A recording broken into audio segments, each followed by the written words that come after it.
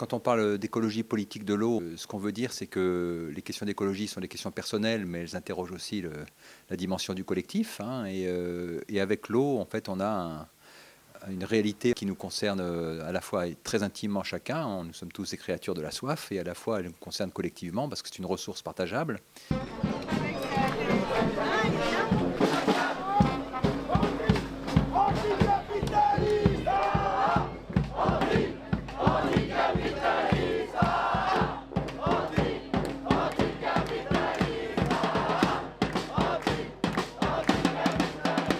L'eau est un bien commun, en fait l'eau c'est un bien vital pour toute forme de vie.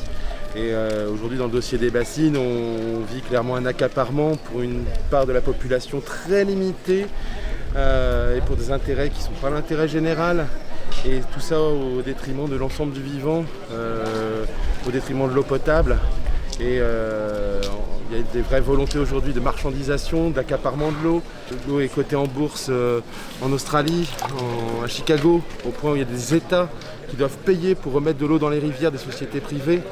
C'est évidemment pas acceptable, c'est évidemment pas souhaitable, ça nécessite qu'on se soulève contre ça.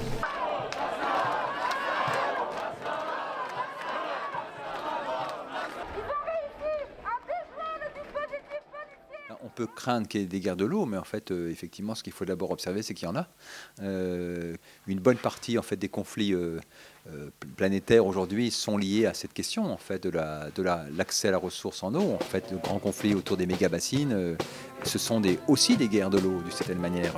On peut dire guérilla, on peut considérer que c'est exagéré d'utiliser ce terme, mais il y a effectivement il y a de la conflictualité autour de l'eau, autour de l'accès à l'eau, autour du partage de l'eau.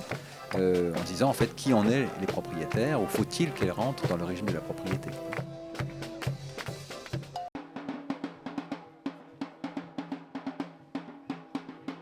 La lutte contre le projet de méga-bassine, ça nous semble être une lutte d'intérêt général et qui est en cohérence avec des arguments scientifiques sur la question de comment on va adapter nos systèmes agricoles au changement climatique, qui est là, hein, et dont on sait qu'il va raréfier l'eau.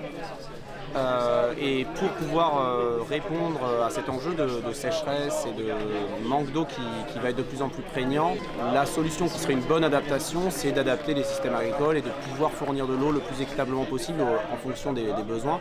Alors que là, on va vers un modèle qui va en fait s'accaparer l'eau pour une petite fraction des cultures très demandeuses en eau et qui ne sont pas des cultures de souveraineté alimentaire comme on le dit souvent, hein, mais qui sont des cultures de maïs pour le bétail, pour l'export.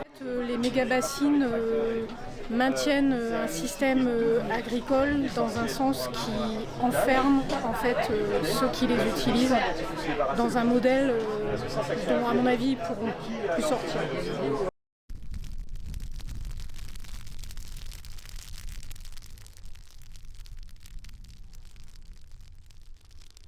C'est l'eau et l'agriculture, le type d'agriculture hein, dans la région, c'est ça le problème.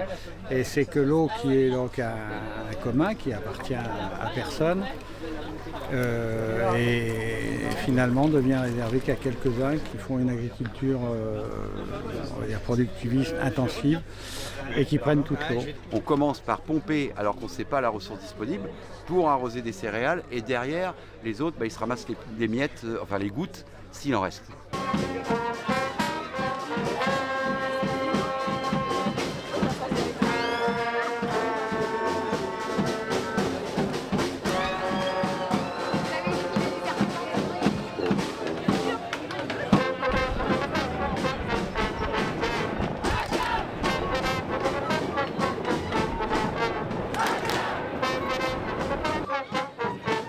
Parce que nous en sommes, je le disais, des créatures de la soif, c'est qu'en fait l'eau elle passe en nous, par nous, nous en vivons, et en fait elle nous relie aussi. Eh bien, elle est ce à partir de quoi en fait nous pouvons construire une manière de faire monde commun. Parler en fait de l'eau comme une ressource, c'est penser la nature comme finalement une carrière dont on peut exploiter les éléments dans une logique industrielle et commerciale. Et donc l'eau, elle aussi, n'échappe pas, je veux dire, à la culture extractiviste, hein. On extrait de l'eau, on la puise jusqu'à l'épuiser parfois. Donc le vocabulaire de la ressource, c'est un vocabulaire effectivement de propriétaire. Et de gestionnaire. La singularité de l'eau, c'est qu'effectivement, elle a des valeurs en fait, qui ne se formulent pas nécessairement dans le langage du prix, dans les sociétés qui sont quand même très marquées en fait par l'économisation du monde, eh bien, ce qui n'a pas de prix n'a pas de valeur. Donc oui, on peut parler de l'eau comme une ressource. La question, c'est est-ce qu'on peut se contenter de ce discours ?